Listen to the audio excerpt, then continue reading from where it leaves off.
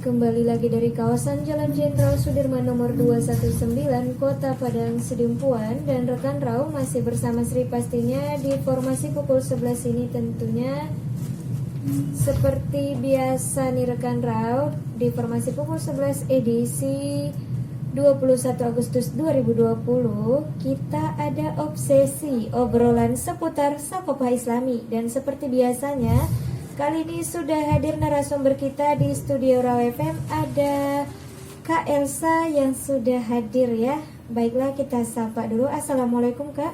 Ya, waalaikumsalam warahmatullahi wabarakatuh.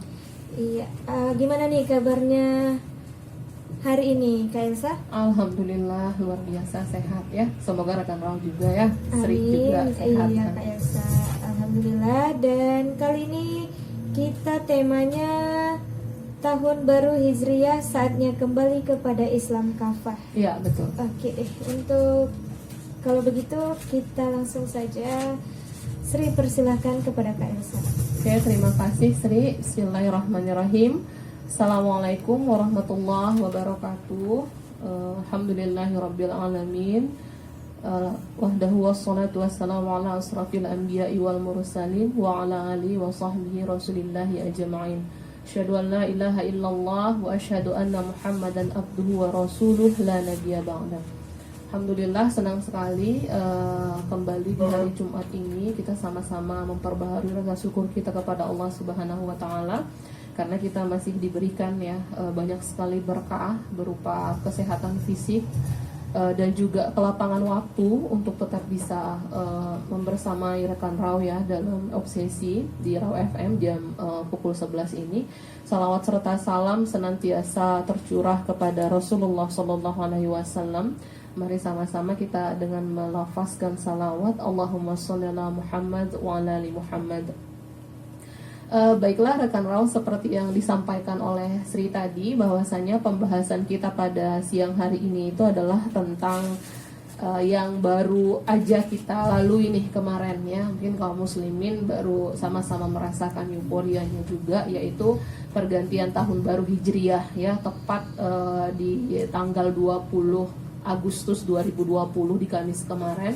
Itu bertepatan dengan 1 Muharram ya, tahun baru Hijriah. Dan tema kita pada siang hari ini adalah tentang tahun baru Hijriah, saatnya kembali kepada Islam kafah gitu ya. Nah, tentu kita mungkin sama-sama tahu kali ya kalau sejarah tentang Hijriah itu sendiri seperti apa gitu. Nah, tapi nggak ada salahnya kita refresh kembali di sini agar tadi kita sama-sama nanti dapat kesimpulan yang sama. Kenapa pada akhirnya tema kita itu berkaitan antara tahun baru Hijriah dengan kembalinya kita kepada Islam kafah gitu ya. Nah, kalau kita berbicara tahun baru Hijriah, ini kita tidak akan jauh-jauh daripada mengikuti tentang bagaimana hijrahnya Rasulullah Shallallahu Alaihi Wasallam gitu ya. Kalau kita menelisik kepada sejarah beberapa tahun silam gitu, peristiwa ini adalah terjadi pada saat Rasulullah itu melakukan aktivitas hijrah dari Makkah menuju Madinah gitu ya. Nah, nanti mungkin kita tidak bisa membahas secara mendetail gitu ya bagaimana rentetan perjalanan sejarah Rasul, tapi di sini kita kan ceritanya mau mengambil makna apa gitu ya, dan pelajaran apa yang bisa kita ambil dari perjalanan hijrah Rasulullah. Nah, tentu kita di sini perlu memahami bersama apa sebenarnya hijrah itu gitu ya.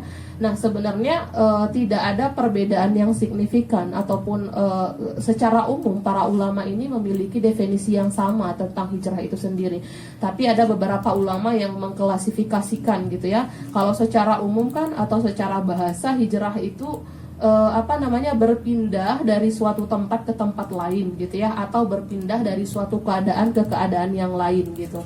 Nah, di mana hijrah ini bermakna adalah keluar atau berpindah dari suatu negeri ke negeri lain untuk menetap di situ gitu. Nah, ini tentu berkorelasi dengan perjalanan hijrahnya Rasulullah, di mana yang sebelumnya Rasulullah itu di Mekah, kemudian hijrah ke Madinah gitu ya.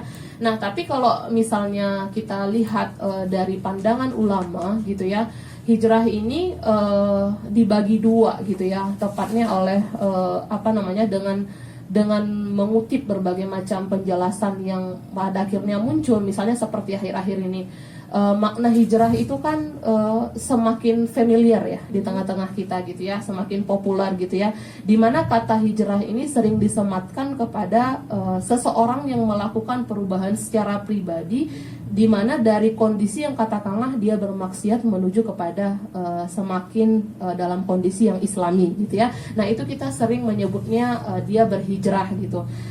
Atau sederhananya itu adalah tadinya dia muslim yang ugal-ugalan, atau tadinya dia muslim yang tidak peduli terhadap halal dan haram, atau yang tadinya dia itu adalah sangat gemar dengan transaksi riba, dan kemudian dia meninggalkan semua itu, maka sering dikatakan oh dia udah hijrah gitu ya. Atau yang paling gampang, yang paling sering juga untuk kita lihat itu adalah pada saat seseorang itu yang tadinya dia tidak menutup aurat, kemudian dia menutup aurat, atau yang tadinya menutup auratnya itu biasa aja, kemudian menjadi terlihat seperti lebih islami, itu orang sering menyebutnya berhijrah gitu. Dan memang fenomena hijrah ini semakin tidak terbendung sebenarnya pada saat memang dipraktekkan oleh beberapa public figure ya. Kenapa saya harus mengangkatkan tentang public figure? Karena tidak bisa kita pungkiri keterpengaruhan mereka terhadap arus hijrah ini juga besar gitu ya. Meskipun nanti perlu kita garis bawahi sebenarnya hijrah yang sebenarnya itu seperti apa gitu ya.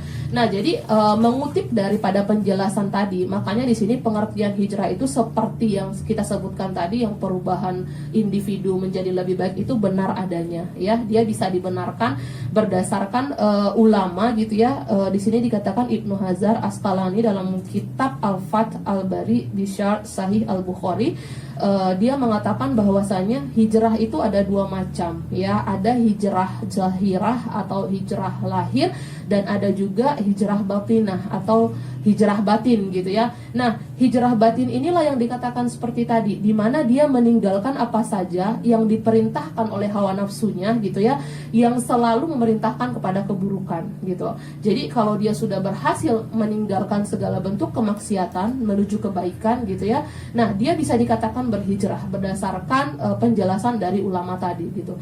Nah, jadi sederhananya adalah seorang muslim yang bertaubat kepada Allah gitu ya, dan dia bersungguh-sungguh menaati perintah Allah tadi, dia bisa dikatakan adalah orang yang sudah berhijrah gitu.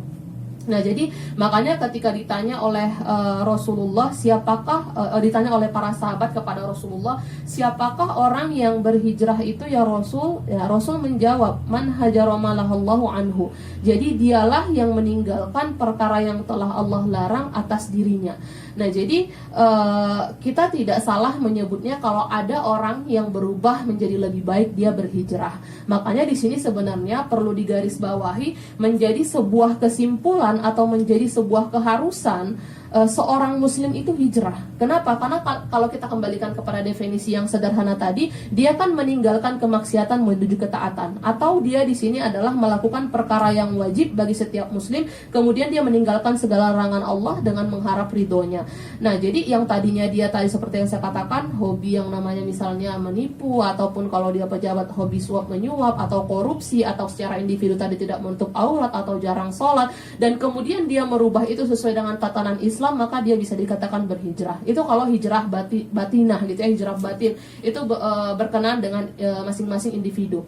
Nah, sekarang yang kedua itu adalah hijrah zahirah, seperti yang saya katakan tadi. Nah, hijrah zahirah ini apa gitu ya? Hijrah zahirah itu adalah hijrah yang lahir. Ini diterangkan oleh Ibnu Hajar adalah lari menyelamatkan agama dari fitnah gitu ya. Artinya ini senada dengan penjelasan Al-Jurjani dalam At-Ta'rifat, yang dimana dia mengatakan hijrah di sini adalah meninggalkan negeri yang berada di tengah dar kufar atau kekufuran itu menuju kepada dar Islam atau negara yang memang dia Islam gitu ya, dan itulah yang dilakukan oleh Rasulullah.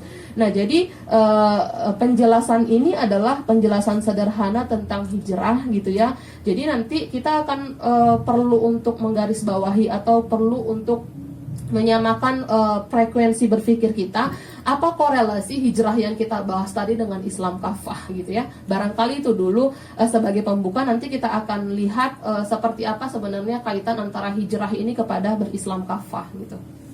Baiklah rekan Rau, dan kita break dulu sebentar karena nanti akan kembali lagi. Jadi tetap pantengin Sri di 105 FM Your Lifestyle.